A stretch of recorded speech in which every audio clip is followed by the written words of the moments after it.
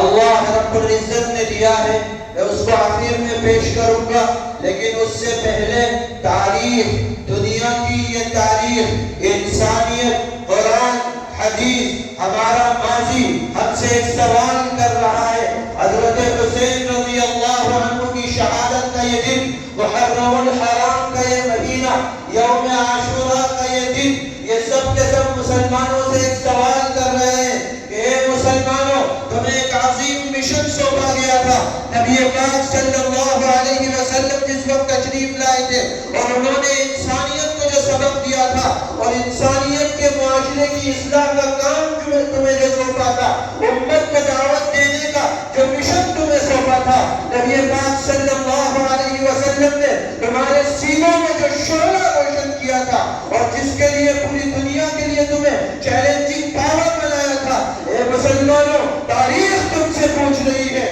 انسانیت تم سے سوال کر رہی ہے، قرآن کی آیتیں تمہیں پیغام دے رہی ہیں، نبی پاک صلی اللہ علیہ وسلم کی حدیثیں تم سے بار بار چیخ کر یہ سوال کر رہی ہیں کہ وہ مسلمان کہاں نابود ہو گئے، وہ مسلمان کہاں خواب غفلت میں سو گئے، وہ مسلمان جن کا وقار شریعت اسلامیہ ہوتی، جن کا وقار اسلام کی سربلندی ہوتی، جن کی زندگی کا مقصد اسلام کی سربلندی اور سرفرازی ہوتی، وہ نوجوان کہاں چلے گئے جن کا آئیڈیل مصعب ابن عمیر ہوتے، جن کے آئیڈیل حضرت حسن و حسین ہوتے، جن کے آئیڈیل سعد ابن ابی وقاص ہوتے، جن کے آئیڈیل محمد بن قاسم الثقفی ہوتے، کہاں چلے گئے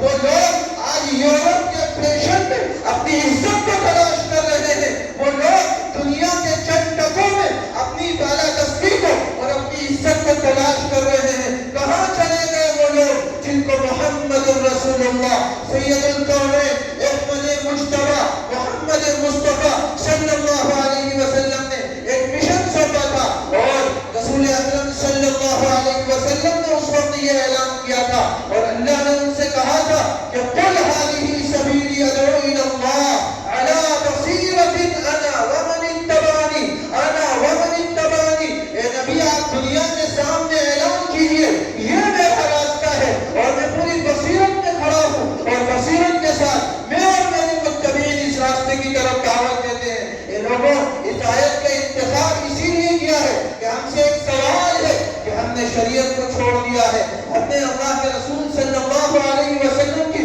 سنتوں کو چھوڑ دیا ہے، ہمارا فخر دنیا کی مختلف چیزیں بن رہی ہیں اور ہم ذلیل و رسوا ہو رہے ہیں، لیکن پھر بھی ہم اپنا عروج دنیا کی مختلف چیزوں میں تلاش کر رہے ہیں۔ اے مسلمانوں، یاد رکھو تمہارے پاس ایک بہت روشن اور تابناک ماضی ہے، تمہارے پاس رسول اکرم صلی اللہ علیہ وسلم کا پیغام ہے، لیکن یہ یاد رکھو یہ پیغام دنیا اسی وقت سنے گی، یہ کام اسی وقت کرے گا،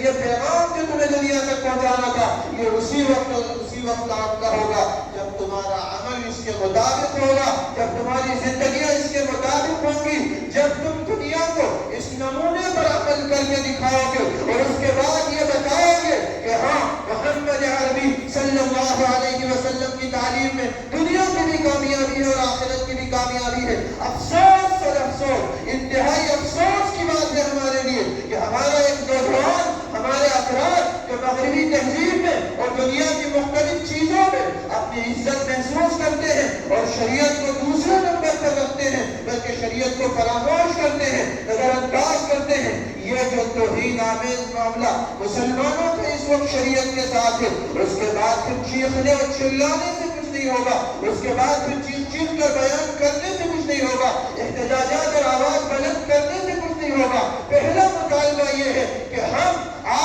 میں سے ہر ایک فرد بشر جس کا تعلق ہے سیدنا محمد مصطفیٰ صلی اللہ علیہ وسلم سے، جس کا تعلق ہے حضرات شیخین ابو بکر عمر اور عثمان و علی رضوان اللہ علیہ اجمعین سے، جس کا تعلق ہے حضرت سیدنا امام حسین رضی اللہ عنہ سے، اس کی پہلی ذمہ داری یہ ہے کہ وہ اس بات کا اعلان کرے کہ میرا جینا اور میرا مرنا الہی تیری خاطر ہو، اور وہ اس بات کا اعلان کرے کہ میری زندگی کا مقصد تیرے دین کی سرفرازی، میری زندگی کا مقصد تیرے دین کی سرفرازی، میں اسی لیے مسلمان، میں اسی لیے نمازی۔ اے لوگوں، دنیا منتظر ہے اس پیغام کی کہ محمد رسول رسول اللہ صلی اللہ علیہ وسلم لے کر آئے تھے، اور انہوں نے جس طرح سے جو پیغام امت کو دیا تھا، بلکہ ہمارے دلوں میں، ہمارے اسلاف کے دلوں میں انہوں نے جو شعلہ روشن کیا تھا، اسے دوبارہ پیش کرنے کی ضرورت ہے۔ شریعت کے موضوع کو پھر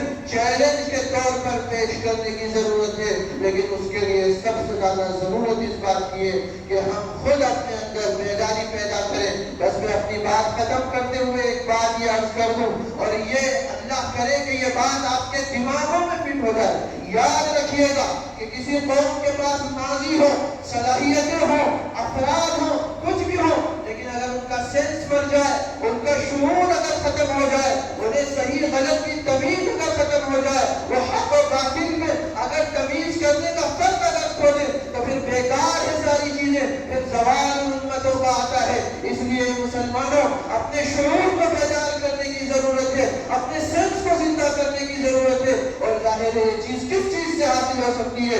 نبی پاک صلی اللہ علیہ وسلم نے فرمایا تھا، کتاب اللہ و سنتی، میری کتاب ہے اور